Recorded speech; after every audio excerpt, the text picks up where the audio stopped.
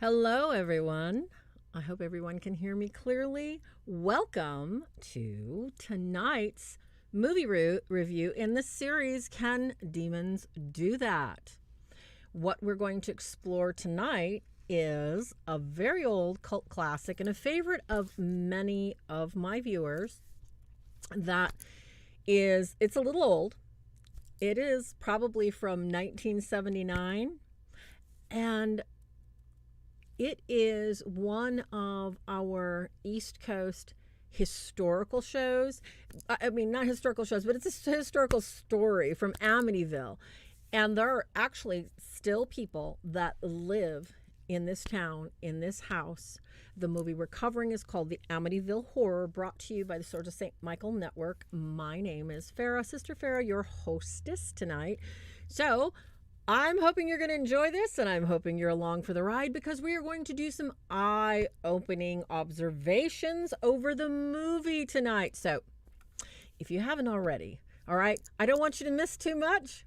Grab your popcorn, grab your tea. I've got my tea. I'm going to say hello to everybody in a minute after I run our Swords of St. Michael beginning.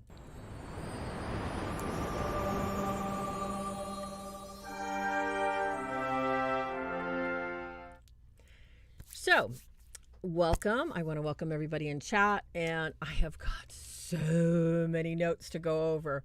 This movie was just chock full of opportunities and things to talk about. I'm really going to enjoy it. If you are new to this, through the workings of your own co-partnership with Christ Jesus. So if you need some information or help with anything, look at the Swords of St. Michael and look in our lists. We've got a variety of different topics. Tonight's topic, what we're doing here in this series is we are looking at cult classics. We are looking at common movies and things of our culture and time that present to us with these ideas that may or may not be accurate as far as exorcism, liberation, healing, and deliverance. So, as I said, my name is Farah. Welcome. Thank you so much to my moderators. I've got some great mods in the house. If you have questions, I will address them as I can. Both my moderators will be texting me in case I miss something. However, I would like it if you have a question, type in all caps, okay? I'm hoping. Hello, Sean. Hi, Athena. Hi, Lori. Welcome, Christian. If you have a question, type in all caps so that way the moderators can catch it. I can see it easier and get directly to your question. I'm hoping you get some great value out of this. If you do, please give it a thumbs up, like it. Click on the bell notifications for more like it. Subscribe to the channel. And we're going to get right into this tonight. The Amityville Horror, movie 1979, New American Pictures release, was based upon a book by Jay Anson. What I thought I'd do tonight, which is a little bit different, is I'm going to give you an overview of the general movie. So if you're new to this channel and you have not watched one of these reviews before, you'll get the whole picture instead of having to watch halfway through and say, you know, what is she talking about? She's not tracking the timeline. Because you know what? I want to do it as I see it, as I call it. So I'm going to give you the overview of the movie. Like I said, the Amityville Horror was based on a book by Jay Anson, who interviewed the family, the Lutzes, to find out exactly why this family bought a house that had a series of very grisly patricide and familicide murders. Hey, Scott, welcome. And also, because we are live, I am going to be looking at chat and I am going to be saying hello to people because this is my opportunity to be interactive with you. So if it irritates you, hey, apologies in advance. This couple, Kathy and George Lutz, buy this incredibly amazing house. I mean, it is just beautiful. It's got everything. Amityville it's right on a channel. It is consequently in a series that you can have your boat, you can take it out to the ocean. It's just beautiful. The house is gorgeous. The property's gorgeous. There's a boat. There's a duck. It has everything for raising kids. The thing of it is, it's really cheap. All right. Unbelievably cheap. So They're so excited to get this house, the Lutzes, at this great price. They don't care what's wrong with it. George is a businessman. They get into the house, all right? And so the story focuses on the events of the Lutzes, what they lived through. And what did they live through? 28 days of torment, craziness, unexplainable things that people you would just not imagine. All right. And what we're going to do is we're going to parse out this 1979 movie and we're going to say, could that really take place? Is this really the channel? The Patreon links are below. There's also donation links because this channel is supported by you, my viewers, for the Ministry of Swords of St. Michael.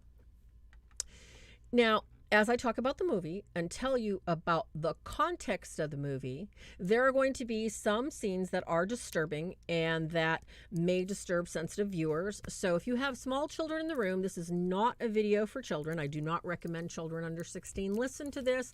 And those of you who have any sort of PTSD from any... And before we get into anything else, you know that I like to open all my shows with a quick prayer. So before we get into the really scary stuff, let's get our prayer into St. Michael. All right, you guys? In nomine Patri et Filio et Spiritus Sanctus, sic erat in principio et nunc et semper et saecula saeculorum. Amen. Sanctum Michael Arcangele, defende nos in prelio contra nequitiam et insidiis diaboliesto presidium.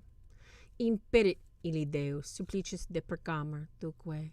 Princeps maletia celestis satana maliosque spiritus malignos, qui ad perditionem animarum pervegantur in mundo divina, virtute in infernum detrude. Amen. So as I was saying, we've got George and Kathy Lutz in the Amityville Horror buying this amazing, incredible house. We actually had someone in chat just comment that the windows were changed. This came out in 1979. As you possibly could guess, because of the notoriety of the movie, the interviews given by the family, the book, this has generated so much excitement, attention, curiosity to a house that people were murdered in, that perhaps there were some haunted happenings in there, maybe demonic. So they did change the windows. Yes, that did happen. And it's kind of crazy how that works out. When things like this happen and unwelcome attention is seen, people get a little bit, not so much more curious. They want proof. They want to understand if it's real. Okay? So I'm sorry for people out there that are saying that they're having some lagging with the sound and the video. Let me tell you, maybe it's the freezing temperatures. It's what? It's all of 4 degrees here, maybe? I mean, I don't know if you're going to see me doing this in the video. I do have, I have the heat on, but it is chilly. Wherever you're at, I'm hoping you're staying warm. After they find out that this home was cheap, they actually did find out that the murders occurred. It never bothered them. It never occurred to them. Things started happening in the home. And when I mean things started happening, George was noticing that the temperature never maintained a warm temperature. He would set it at 78 and he'd still be freezing. He would feel like it was 38 degrees. Little things, anger, arguments, nightmares. It's interesting because as we go through the description of the movie, we're going to see a pattern emerge that these people that moved into this home, the uptick of things happened before they left. 28 days after they purchased the home, after they moved in, and completely enjoyed living there with a boathouse and everything else. I got to say a big shout out to hi, Russell, and hi, Russell Sr. too. Good to see you guys. When these things happen.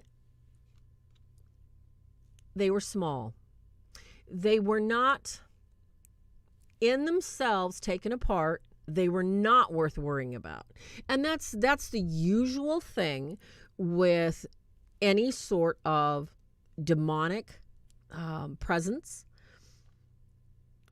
I often talk, in case you have not watched my videos on narcissism and the shadow demons of narcissism, just as in narcissistic abuse, demons set people up the same way. They drip the invitation, they drip the occurrences to get into an abusive relationship with a human.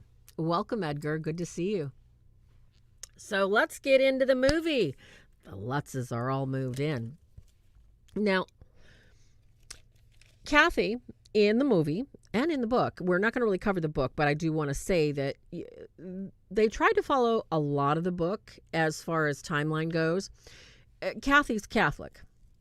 And as they unpack, you see her put crucifixes on walls. You see a statue of Jesus's mother. You can tell that even though they never show him going to church, they definitely are Catholic. Kathy calls right away.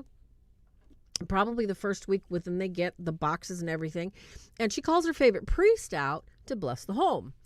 Now, this is pretty much standard for anyone that gets into a new home. They want to make sure that their premise, their domicile is dedicated to Christ. I know many Methodists, many Episcopalians. I know many people that whether they open a new business or house, this is what they do. Okay? Tea time. So Kathy doesn't think anything of it. They trust the priest, let the priest in the house. And for some reason or another, the movie shows them. They all get the kids. Now, Kathy and George are married. Kathy has 3 children by another man. These are George's stepchildren. In the movie, he appears to love them. Yes, this is a great classic movie. He roughhouses them, ruffles their hair. He treats them like their own. They're off in the boat ride with the priest in the house. Now, the window that the priest was blessing is not in this image. The priest goes to the house. He sets up in one of the upper level rooms. He puts on his purple stole to bless the house, and he starts sweating and getting uncomfortable. And he notices all these flies, and he's just like, ooh, what's going on? He's very, very uncomfortable. At one point, when he's turning around and looking at the window, he's sweating so profusely, and he's noticing that the flies have increased. It's not just 1 or 2 flies. The flies are started to darken the window and blacken this out. Now, as you know, this is a movie that's going to parse out, is it demonic or not? And I wanted to bring this up because it is, shall we say, it's a common belief that if an area is demonically infested, or if there is a potential demonic infestation, that you're going to have an excess of bugs, infestations such as flies, roaches, rats, etc. It's not always necessarily so, but it can be one of your earliest signs of attempted infestation. Something that is truly demonic may or may not have this for a priest entering. The demonic does not want to be kicked out. The demonic does not want to be seen. However, in this instance where this priest goes in to bless the home, we're looking at a priest that's struggling. He is sweating profusely. He is literally clutching his chest. He's clutching his heart. He feels like he's having a heart attack, according to what we're seeing in the movie. And this is played by Rod Steiger, he's looking at this wall and this window of solid black flies, and he turns to the door, and this voice looks at him and says, "Get out." Now, you know what? If I heard that in a house and it was me, I'd be leaving. I'd be leaving. I'd be getting the holy water. I'd be like, I'm gone. But no, he's looking around. He's not sure what he heard. So he's looking around, sweating, clutching his chest. And then to accentuate, the voice says, get out. And it's screaming at him. He knows he's got to get out of there. There's something so evil. He wasn't prepared for this. So he grabs his bag, he grabs everything, and he leaves the house without saying anything to, excuse me, this is George and Kathy Lutz that I have pictured behind me. And this is Kathy looking out that window that was infested by flies. We never do understand precisely what had happened in the movie. It just intimated that he was having a heart attack. Maybe he was under extreme duress and he had to leave. Now, I kind of want to parse this out because I don't want people thinking that all priests are cut and runners, because they're not. And there's not too many priests that will hear something like that and run. They'll usually stand their ground, especially because due to the legal fact that a Catholic lived there. They were called in by a Catholic, and they have to do what they got to do. This is their ground, and they have to take it back. So it's pretty unusual. But for the movie's sake, this is what happened. People are still complaining that the video is a little sketchy and the sound is sketchy. Try refreshing it. I am really sorry about that. It could be the internet because of the extreme cold. I'm really not sure. I do have super high speed. I did test it. Apologies if you're having difficulties. So then after this priest leaves, like I said, we don't know what's going on. We just know that Kathy never got to talk to her priest, never got to find out what happened. So she thinks it's all taken care of. Her home is blessed. You know, the crucifix is on the wall, the door's open, and this is a small town. So everybody is comfortable with leaving their doors open and their windows open. Everybody is completely comfortable. She goes to call him to say, hey, how did it go? Nothing. They get disconnected. That night, her daughter wakes up, little Amy. And for some reason or another, she's crying. She wants to go home. Amy is she's beside herself. She doesn't like the house. And we don't understand why just yet. Nightmares are very, very common in a home or on property that was, shall we say, had witchcraft, demonic, satanic rituals performed. Nightmares are basically part and parcel of lower level infestation. And this is what's going on. This is the level that the Lutzes are experiencing. It's time for the drip. Absolute drip. Now, we see that George, and this is something we're going to see throughout the movie, is being woken up at 3:15 a.m. hearing noises. George gets woken up. He looks out the window. He sees down at the boathouse, there's light coming from the door. And it looks like there was a shadow. He goes downstairs. The dog is tied up outside. The dog's not barking, which in this case is a little unusual because, and I have to tell you this, because basically animals are they're the canary in the coal mine. They're usually the ones that are uncomfortable, that are staring, that might growl into space. But however, this movie did not really touch on it at this point. So George takes the dog, he investigates, locks things up, ties the dog back up. They can't find anything. So George sits back, and this is everybody's favorite scare scene. I don't know. I don't like the jump scares in movies, but this is where George, he's looking all haggard, okay, because his eyes are all bloodshot and everything from waking up. He sits down, lights a cigarette, and then all of a sudden there's this, and this black cat jumps and scares it. And of course, everybody in the audience is jumping and screaming, because a black cat hissing in your window, in your face. Yeah, that's spooky. George cannot get warm, okay? For whatever reason, George is having issues with his internal temperature. And he can't figure it out. They've got the heat cranked up. And for whatever reason, everybody else is hot. He's freezing. So he's cutting wood, furiously, frantically cutting wood. And this is how the demonic kind of drips itself in. Kathy's coming home and she's got a ton of groceries in her arms and she's confronting George, hey, do you help me with the groceries? And he's snapping at her. Now, we could say that he's tired, he's aggravated, he didn't get any sleep, that sort of thing. However, there's more to that. And is that demonic? Let's look at that. Is it demonic? It could be that he's having issues sleeping. It could be that he's just so stressed out he can't sleep. In this movie, with the time frame showing exactly the same time. Oh, merciful heavens. Oh, thank you so much. I'm sorry, I have to say thank you. Thank you, thank you, thank you. I just got a super chat. Thank you so much, Sean. God bless you. This is, thank you very much.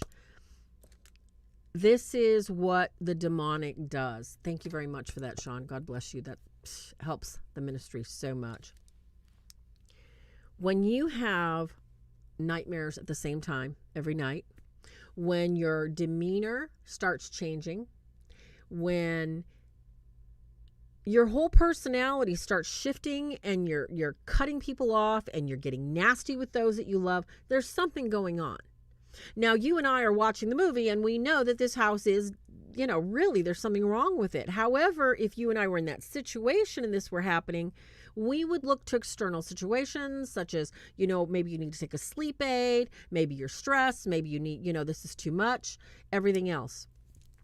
This is just not good and it's not understandable, but it's the little things. And this is how the devils work. I call them the cockroaches. I always have, because they just come in little groups and they start pestering you. And I want to address something in chat here real quick because this is too important not to talk about.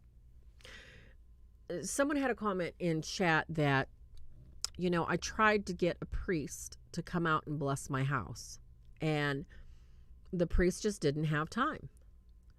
We need more.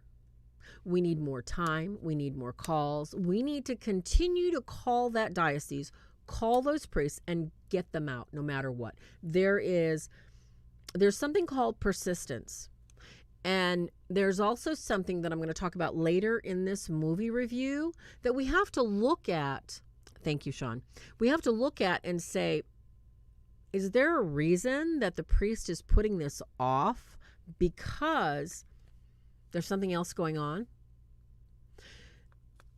From my observation, my experience, and from what I know of many exorcists, devils will use any numbers of situations and circumstances to distract us, to destroy our moods, our appetites. Those around us will use anyone around us, anyone that they can, to pull us there.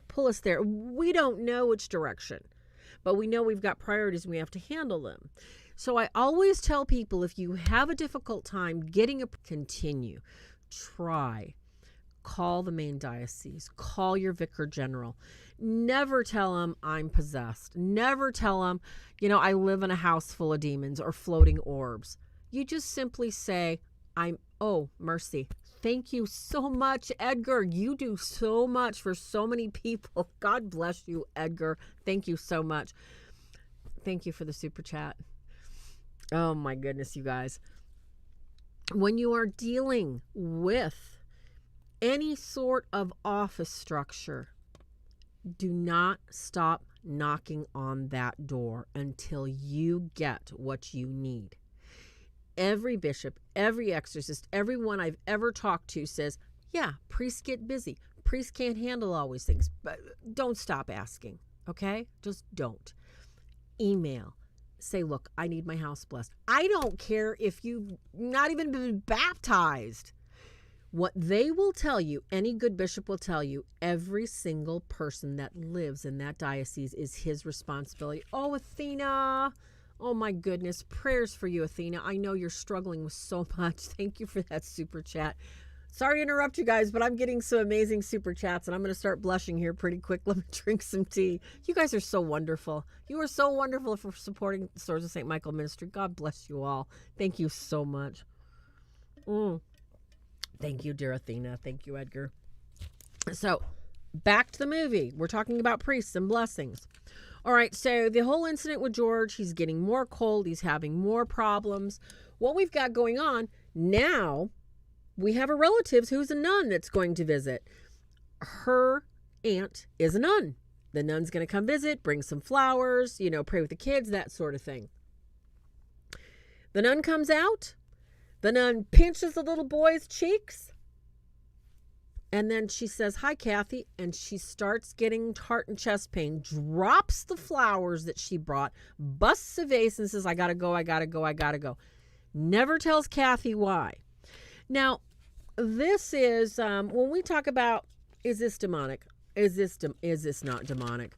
When you have professed religious nuns come onto a property and they feel sick, I will tell you right now, as personal experience for myself, anytime I have even gotten in a block where something is very demonically infested, my throat clenches up, my stomach and my gut just is like somebody put a hand inside my stomach and grips it, and I have to pray it off.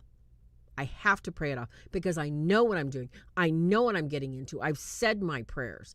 So I will assure you that this does happen because for whatever reason, our bodies, we are both flesh and spirit, and our flesh reacts to what the spirit feels is a spiritual attack.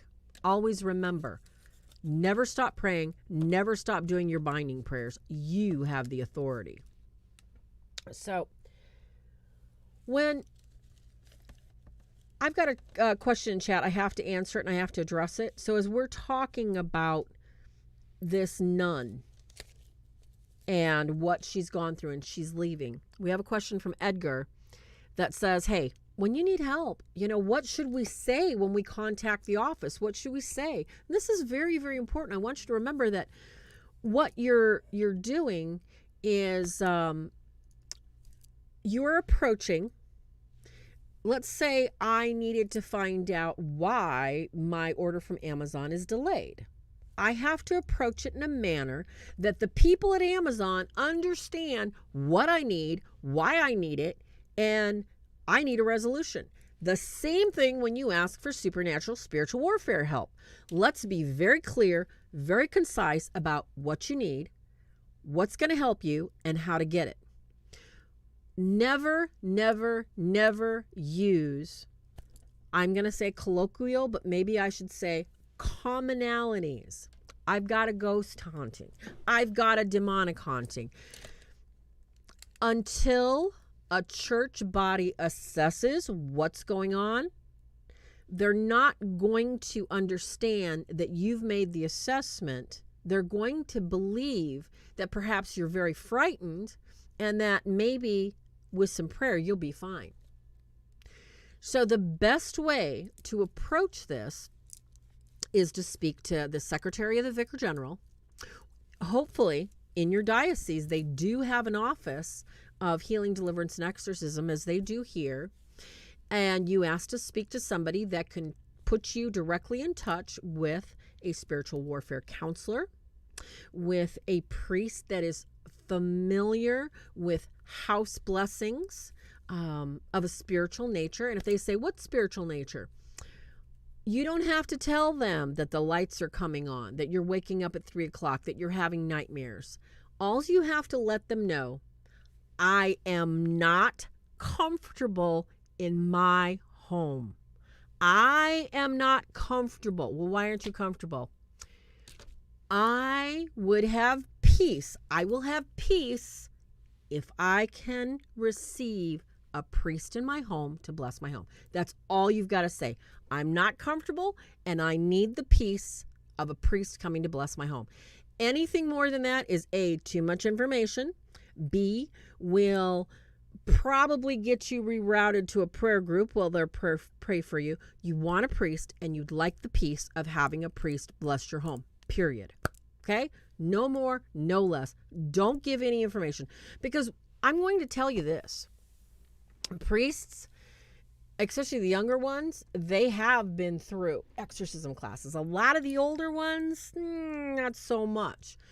However, due to the nature of their office and the blessing that they carry, what happens is that they are sensitive. They are sensitive. So if they're sensitive to these things, what they're going to feel is they're going to, A, follow up. They're going to either call you back, ask you to call back, or ask you to come and go to Mass. All right? That is so important. Wow. Just got a comment from chat. I need to comment on this because, in this actual case of the Lutzes, there was purported satanic ritual stuff going on at this house. And there's a comment that there are certain people that can perceive negative, possibly demonic attacks.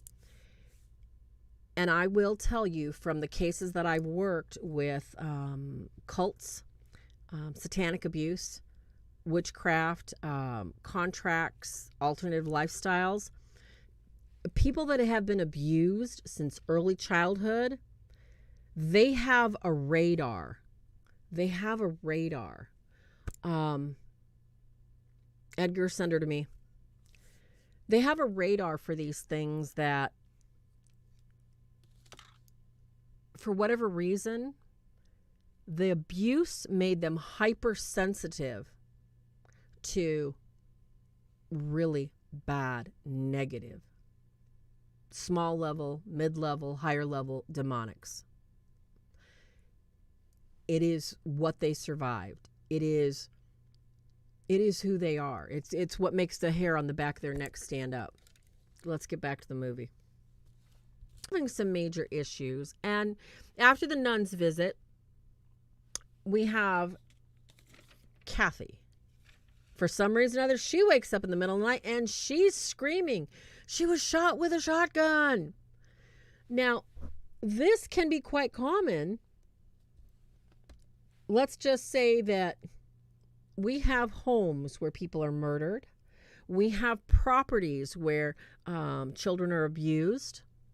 That someone that may have no experience whatsoever with anything supernatural or spiritual will have a dream about what happened to somebody on that property. This does happen. This is demonic, and this does happen. Sometimes it happens in the realm to scare people away, get them out of there. Because Kathy was the one in this movie that tried to keep the momentum of the priest coming back in and to get the house blessed and get the nun there. Whereas George was the one that was horribly affected. Welcome, Billy. Good to see you. Now, this is gonna continue to go on. The father that blessed the house, they show in the movie that he is continuing to have malevolent attacks. The priest that came in travels with a priest, another priest from his parish. They get in his car. The priest isn't driving, the young priest is, and they crash and wreck. Can this happen? Yes, it can. Doesn't happen very often. However, with very severe cases, these preternatural beings can affect, in God's permissible will, anyone at any time. Can affect animals running in the road, to frighten other passengers, to make somebody veer off the road, that sort of thing. This stuff does happen. When we look back at the Lutzes, what we have is a wedding. The nephew comes over. The nephew is a young boy that is getting married.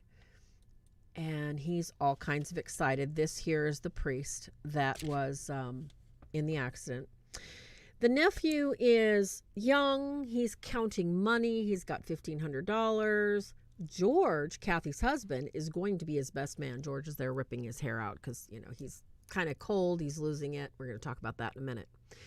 The nephew makes sure he's got the money, tucks it in his jacket pocket, comes to make sure that George can be there as the best man. And George is just haggard and he's just red and his eyeballs are looking horrible. And he doesn't even look like he's there. And the nephew looks at him and says, hey, if you can't make it, he's like, no, we're going to make it. He puts his coat on. The money is gone from his pocket. Now, this is a point of contention in the movie because, A, we just saw him put the money in the pocket. There was nobody else in the room. George was standing, approached the doorway. He couldn't have taken it, but he was 3 feet away from the coat.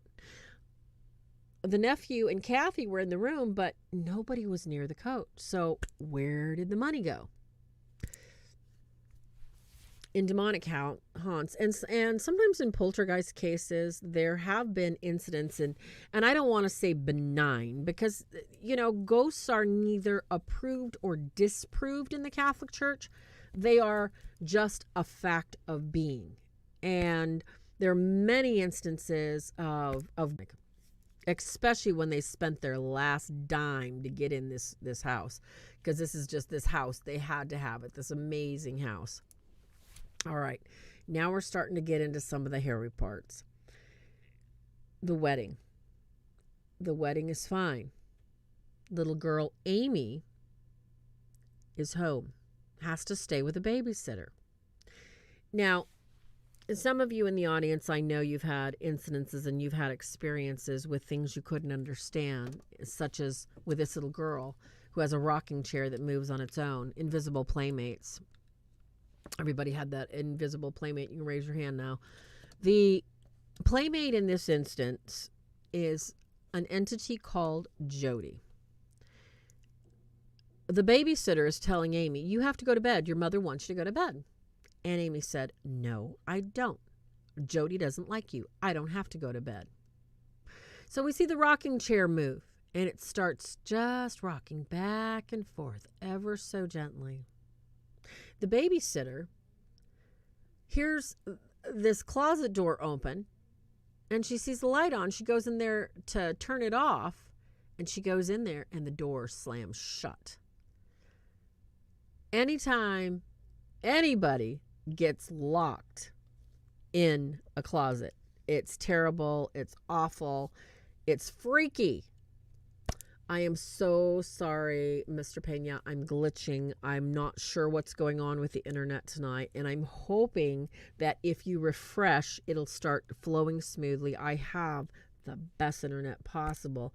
However, due to the really low temperatures, I think we're having a little bit of problem here. I'm really sorry about that. Oh, thank you, Billy. Billy just suggested that she rewound the video about 30 seconds if you back it up, and it'll stop the buffering. Thank you for that tip. So what I was just saying is this poor little girl is being besieged. This is a babysitter. She's not even related to the family, okay? She's locked in the door. Her hands are all bloody. She's screaming. She's shrieking. And she can't get out. George and Kathy come back from the wedding, and they've got the boys in tow, and the boys are looking like the little Bobbsey twins in the door, and this girl is beating and screaming on this closet door. They let her out, and she's shaking. She's like, Amy, why didn't you let me out? Why didn't you let me out? It was just crazy. Welcome, Izar Fair. Thank you so much for joining us. I hope everybody, if you're getting anything out of this, you will give me a thumbs up because it puts this video higher in the algorithm. Please subscribe if you can and click that notification bell because we're going to continue to do more first. Lots of fun stuff. Lots of fun movies. So little girl's freaked out. There's no reason. George goes to the closet. You can't lock that door. There's no lock on it. So he's confused. Kathy's confused. How could this little girl be locked in the closet? They get her out of there. They get her home. It's pretty sad. There's blood all over everything. And after that night, as things settle down, George builds another fire because he's always freezing. The movie segues to this priest right here that I've got at the top, because he knows something's really wrong. He knows something's really wrong. He confronts his superior and tells his superior that, okay, I may be modern, I may be open-minded, but he said there's something wrong with that house. He says, for whatever reason, I know the DeFeo murders occurred there. I know he claimed to have heard voices. I heard them too. And of course, his superior, probably the bishop, is saying, I don't think so. He's disagreeing with him. Sadly, this does happen. It does happen. We get so many people just are like, no, this doesn't happen. The devil doesn't operate like this right now. And it's just not true. Okay? So he's arguing for a case that is not going to be made. He's not able to go back over there. Now, we have a question from the chat room, and I want to make sure I address this before I go into any further of the whole priest thing. So, Edgar has a question in chat about lower temperature. Can lower temperature be a sign of a spiritual presence? Now, this is a good question for two reasons. Temperature fluctuations. I've been doing investigations, topography, studying homes, winds, shifts in temperatures, gravitational pull. There's all sorts of reasons why we're talking underground water. We're talking about copper in the soil. We're talking about clay soils. There could be all sorts of reasons that a temperature does not remain constant in a house, and it's cold over here, it's warm over here. All sorts of reasons. All those reasons ought to be kicked out the door by any means possible before you just assume that it's a spirit, okay? I have to say that. I am the biggest doubting Thomas, number one. Number two, when you look at a temperature differential, the more radical, the less common. The more radical a difference in temperature, or more quickly that it happens, the more likely that it indicates usually a demonic presence. For whatever reason, most of the time that I know and experience, a simple vapor or an apparition that appears has no temperature whatsoever. The only way you would know it is if you sensed it, almost as if, I'm sure quite a few of you understand what barometric pressure is. That's what I personally sense a ghost as, a barometric pressure to me, not a temperature change. However, a ghost, quote unquote ghost, can be slightly cooler. However, it is the demonic that can radically alter temperature and get your teeth chattering, or make you sweat so bad that you feel like you're going to choke it. Why not get soil samples? You need to find out where the water flows on a property, soil samples, and everything else. Oh, thank you so much, Azar. Oh, God bless you all so much. So when I tell you that we have to look at the most common causes of temperature changes and fluctuation in the soil, in the air, is the house on a slope, on a hill? Is it north facing? Is it south facing? You have to look at all of these things to determine before you ever even think that maybe it's demonic. But I got to tell you, 90% of the time it's not. So we're at the point in the movie that what we're looking at is the boys, okay? The boys start teasing Amy, their little sister. Now, remember, we have 3 kids. George is on the property. He's hacking wood, trying to make wood to stay warm. The business partner shows up and says, hey, you haven't been around. And George is like, get off me. Leave me alone. He's angry. He's aggravated. His just bloodshot eyes. He looks terrible. Yes, I can. I think I already did The Exorcist, didn't I, you guys? I think I did. What we're talking about, George and Kathy Lutz. George's partner comes out, confronts him. George is aggravated. He's angry. The boys are upstairs in that room where this priest is, and they're teasing their sister. They're dripping a little, this big spider onto her head. She's sitting there playing with this ugly doll. I'm sorry. Excuse me, if you guys have heard me before, I go on rants. I do not like dolls. I do not like dolls. I don't care what it looks like. She's sitting there playing with a little Jody doll. And the boys are teasing her. She's like, stop. Jody doesn't like that. And the boys are like, ha, ha, ha. Dad sees. He's like, hey, you guys, stop that. When the kids get caught, they hurry up and pull out. And the window slams on their fingers. Okay? Or one of the boys' fingers. No bones are broken. They got to take it to the hospital. He's fine. Kathy's like, what happened? Why didn't any of those bones get broken? She's just like, what's going on? George couldn't figure it out. He's tired. He's not feeling good. He wakes up again that night, 3:15 a.m.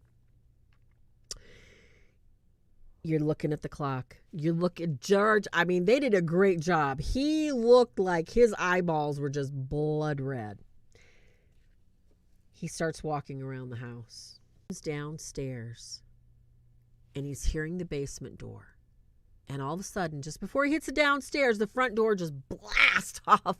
And you're just like, it's another one of those jump scares that you're like, you're freaking out because it's like, oh my gosh, you just like, you can't figure out what all this noise is. So that happens. And at the same time, that basement door was sucked inwards. Kathy comes running down. He's in his underwear. They're freaking out. They're on the phone to the police going, hey, something's going on. Somebody broke in. Now, this police guy, you always have to have this police guy, okay? He's coming over and he's saying, all right, what's going on? You look a lot like, he's talking to George, you look a lot like that guy that, murdered those people. He's like, what? He says, you're not related to him? He's like, no. Now, this is kind of, it seems in the movie that this is almost the first that they have that common ground of relating that it might be possible that something really horrible happened there, okay? This is what we're looking at.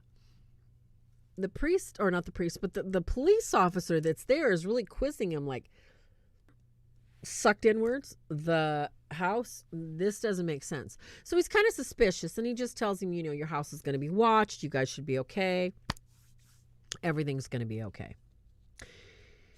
So they don't believe anything's going on. The next day, around day 12, Amy, the little girl, tells the mom, Jody told me all about the little boy that used to live here.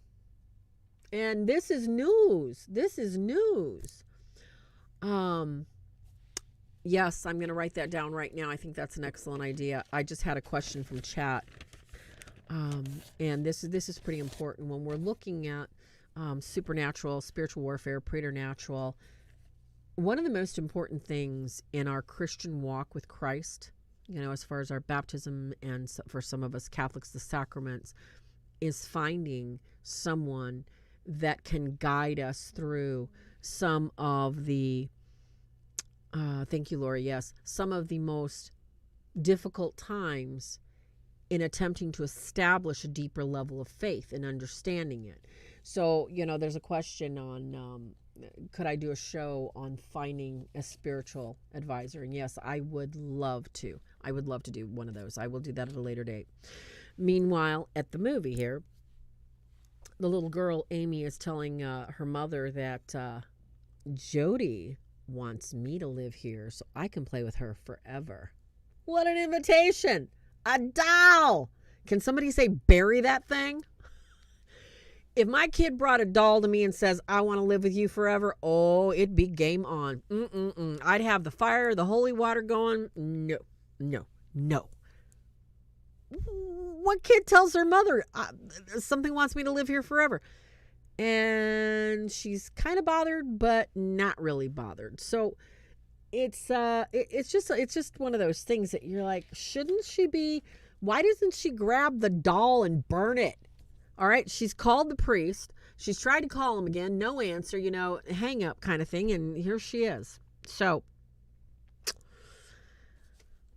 this is really going toward the pattern of all the little drips of things that are happening. Later that evening, she catches Amy singing to this little doll, and she's, who are you singing to? I'm singing to Jody. And she's like, okay, who's Jody? Jody went out the window. You scared Jody. She's like, oh, I better make sure Jody's okay. So she looks out the window. She's like, I don't see her. So, oh, she's out there, Mom. And she looks, and then this is another shock scare. She sees the bright red glowing eyes. Now, let's go over this whole demonic bright red glowing eyes, all right? A lot of people think that in these movies, the white eyes, the glowing red eyes, that's definitely a sign of the demonic. Yes and no. As we know, and if you don't know, if you're new here, I hope here at Swords of St. Michael, you check out a few of the other videos we've got.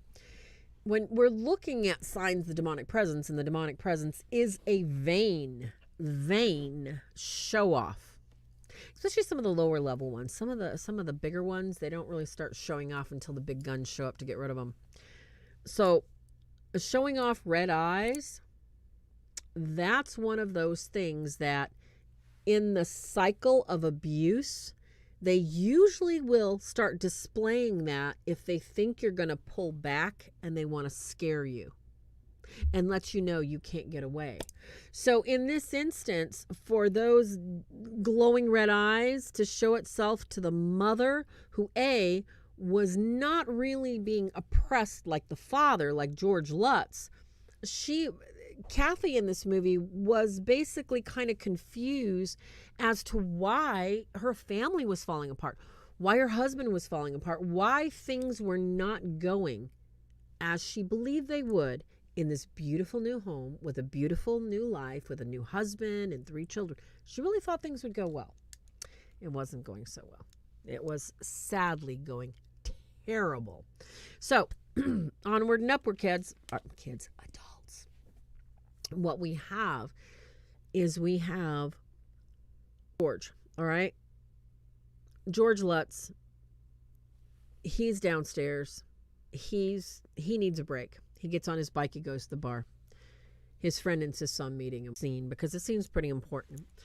As George is getting fed up and his partner's getting fed up, his partner realizes he has to get him away. They meet at a bar, spill beer. George gets mad, punches his partner, and he's like, look, you have taken on too much. You've got a new wife, you've got 3 kids, a new. So George's like, I think you're right. I need to get out of there. So all 3 of these go back to the house.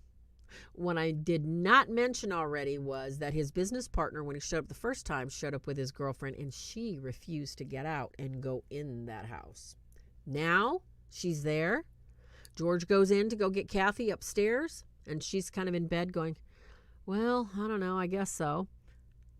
These 2, his business partner and the girlfriend, she's telling him, I feel it.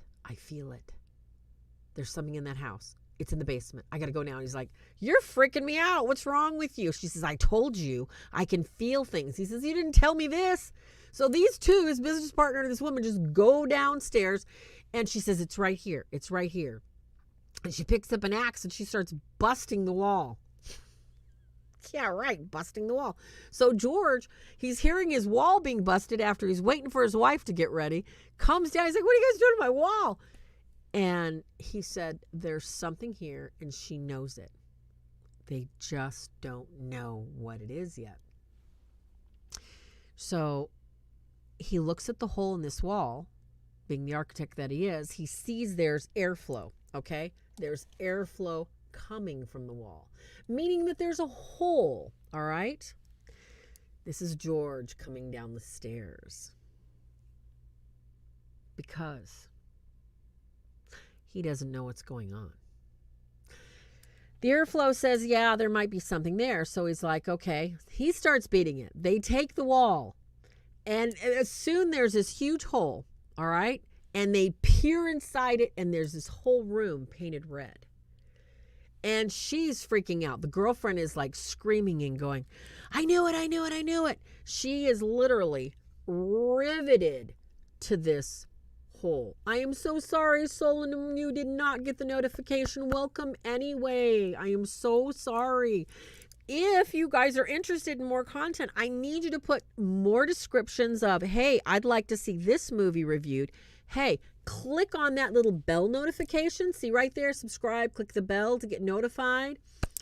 And exclusive content, you can become a Patreon subscriber.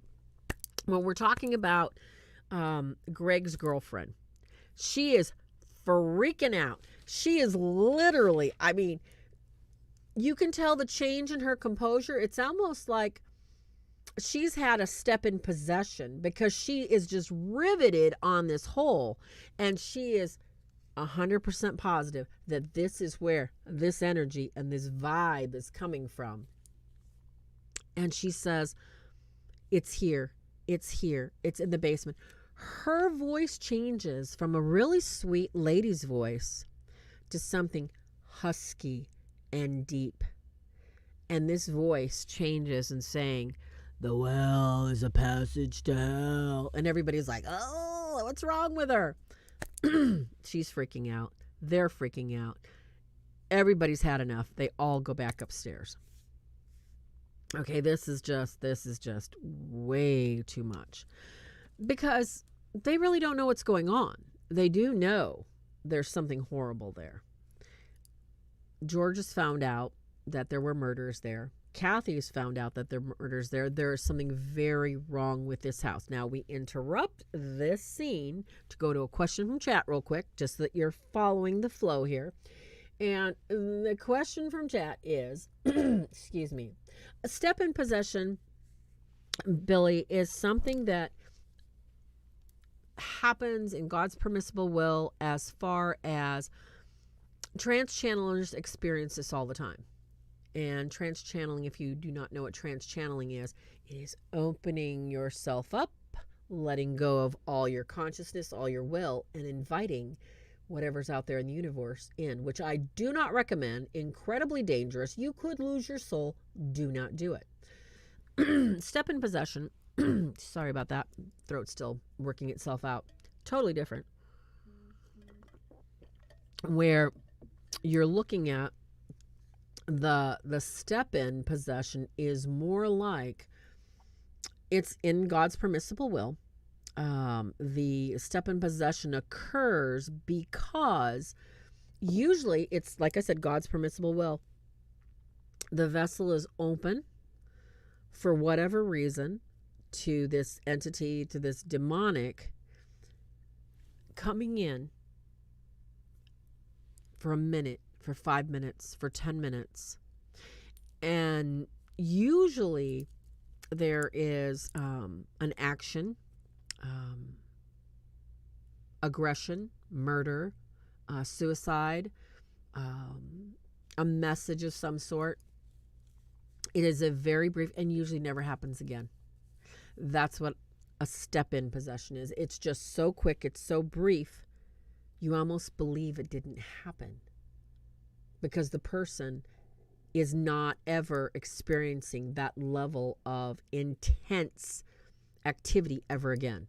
So it's not the norm. It's not the norm whatsoever.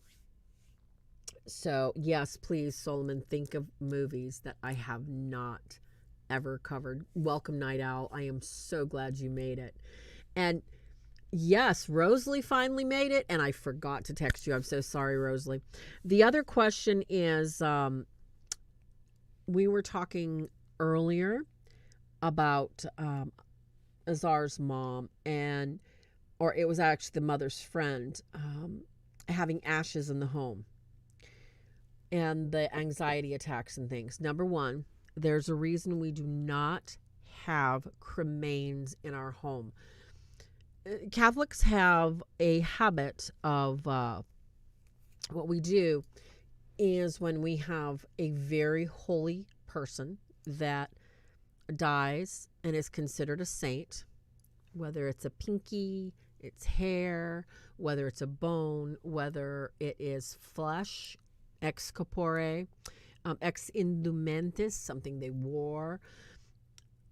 We do not worship, we venerate, we respect, and we call upon that level of holiness, knowing, as the Bible instructs us, that we are to ask those in heaven to pray for us. We can be assured by the church that this saint that we have the bones or the hair, or let's see, like Padre Pio, a piece of his glove, okay?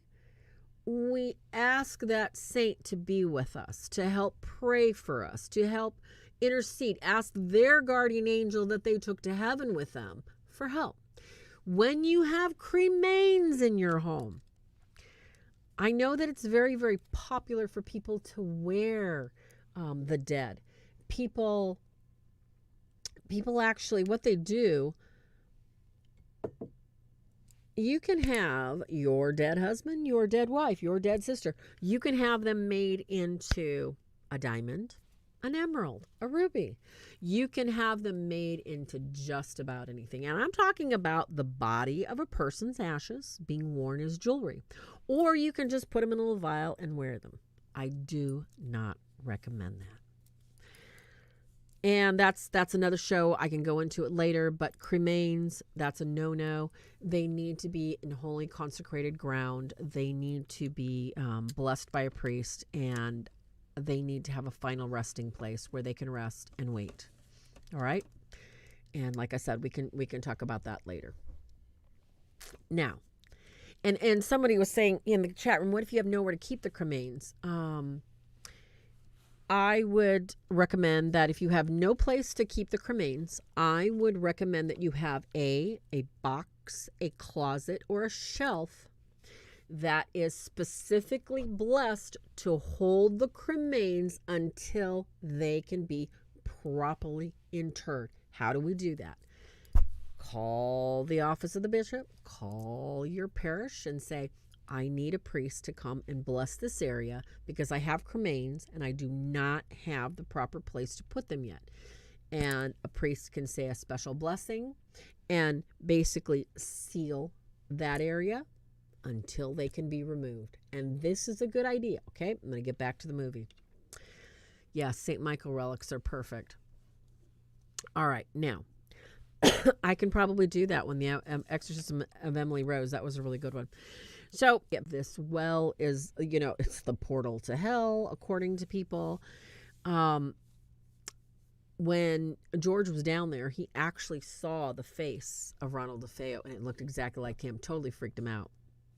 When it exits from that scene, as they step away, we see the priest that originally came to the house to bless the home. He's praying a mass for this family, begging God's intercession, begging for the help for this family in this house.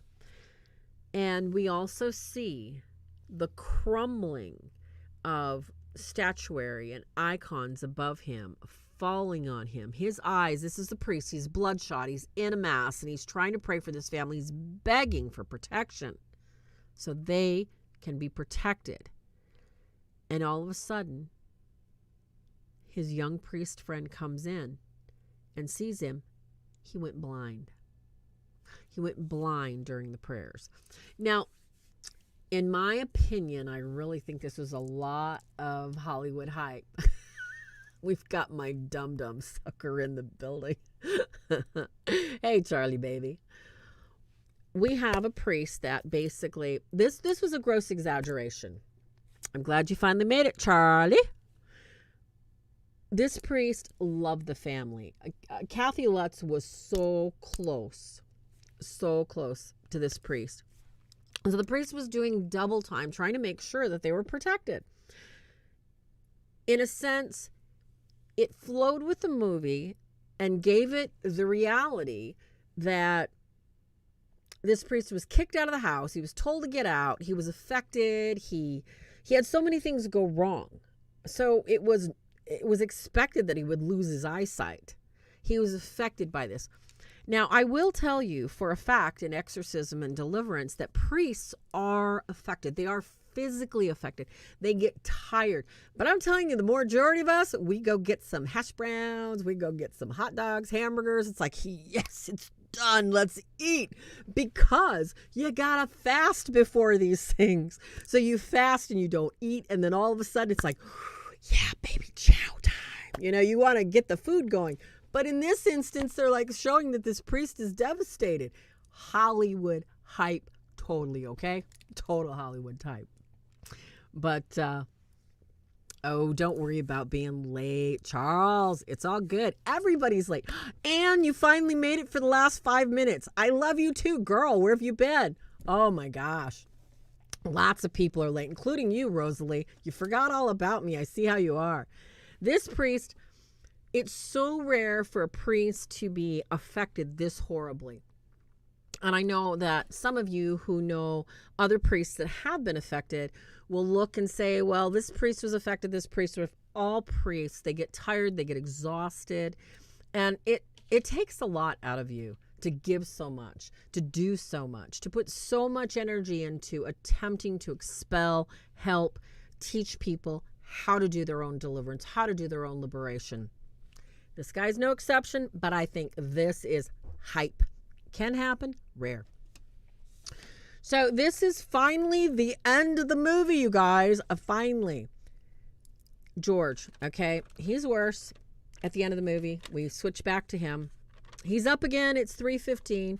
Freaky things are happening. He trips over a dragon statue, smacks his beginning of the end.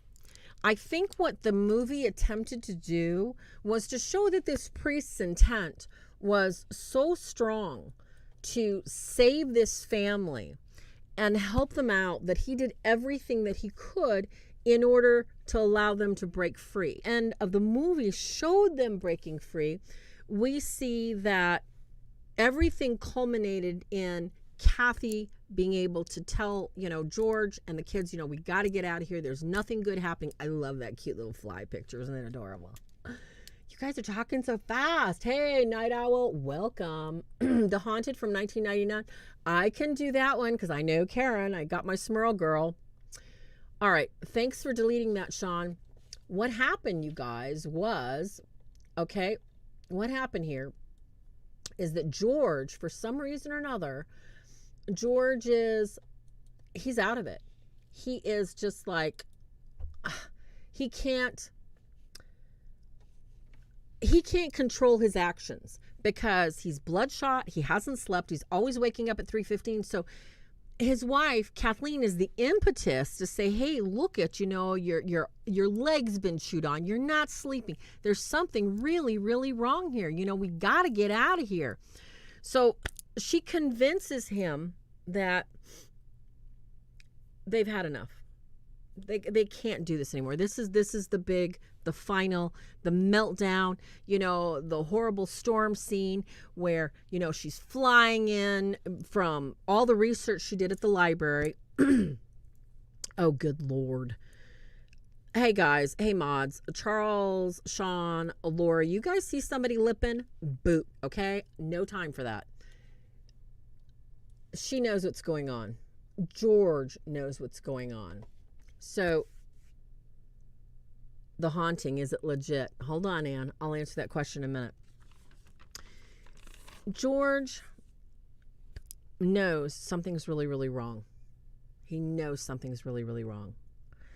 When his wife gets him and gets up and says, George, we can't stay here. We can't stay here. We can't stay here. Something in him snaps. Something in him just absolutely snaps.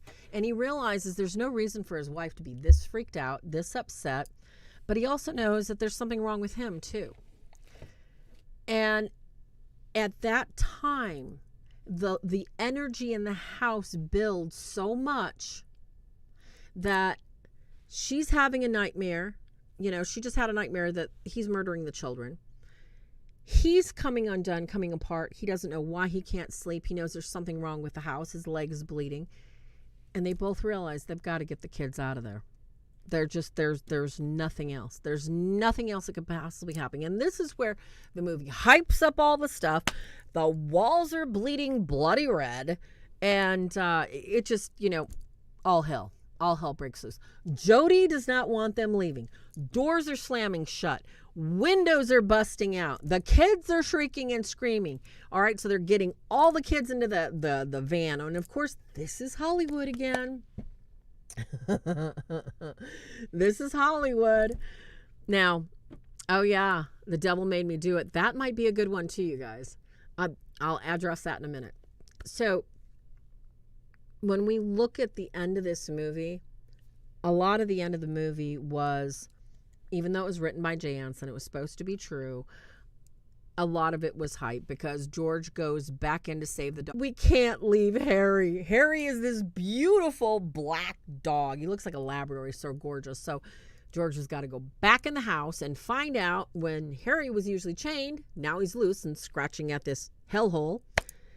He falls in the black pitch tar. Well, comes up looking like some monster from the Black Lagoon. Dog attacks him. And he's like, hey, Harry, it's me. Save me. Harry pulls. This is day 28. They are free. I know I've kept you guys really long tonight. I'm gonna round it up real quick with the last of, you know, the demonic stuff that I went over. At the end of the movie here, do walls bleed red? Rarely. Can it happen? Yes. Not that often. Are homes that are demonically infested, do they have hell holes with tar pits underneath them? Does this really happen? Okay, I'm not going to laugh. I'm sorry. Good Lord, I got paint all over my hands still. Tar pits happen, all right? In satanic ritual abuse cases, in some cases of covens, alternative lifestyles, you will have properties that have, shall we say, sinkholes, mud, some kind of tar pit that is used for disposing sacrificial animals and stuff like that. Rarely are you going to find it in a house. All right. So that was a lot of hype. Is it possible that you can escape from this level of demonic by, you know, the doors slamming shut and you being able to get out? Of course. It's very, this activity is very rare. All right. It's not the norm. This was a very entertaining movie. I never encourage my viewers to go look at these movies and be entertained. I always ask you to use prudence and wisdom and do not be curious, because curiosity always kills the cat. And overall, as a movie, as a piece of historical, shall we say, I'm not going to say exactly factual, but I'm just going to say historical interest. Yeah, you can watch it. It's an interesting movie. It's got some jump scares, and you might find that there is some value to it. It is a cult classic. Most of us have already seen it because it was part of one of those movies that you went to that just scared the blazes out of you. Thank you so much, Sean. So I really want to thank you. I'm so sorry your connection is bad. I want to thank you all for joining me. Are there any last minute questions? Anyone? Sean? Lori? Charles? You still alive? I really want to thank you all for all the live chats. I want to thank you for all the suggestions. I am going to go through. I think The Devil Made Me Do It would be a good one, because that one that one was a Hollywood, after a book too, just like this one was by Jay Anson. And it had its moments, and of course it had its Hollywood hype. So if there are no more questions, I'm so sorry for all the, Wi-Fi is out of whack because, yes, Athena and Anne, everything's buffering, and I do believe it's probably the temperatures. I've got to say it's got to be the temperatures.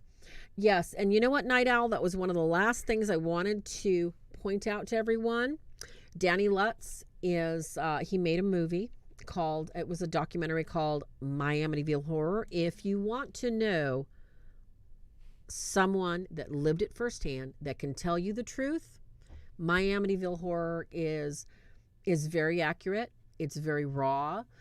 Danny talks from the heart about what happened, how he perceived it, and what he lived through.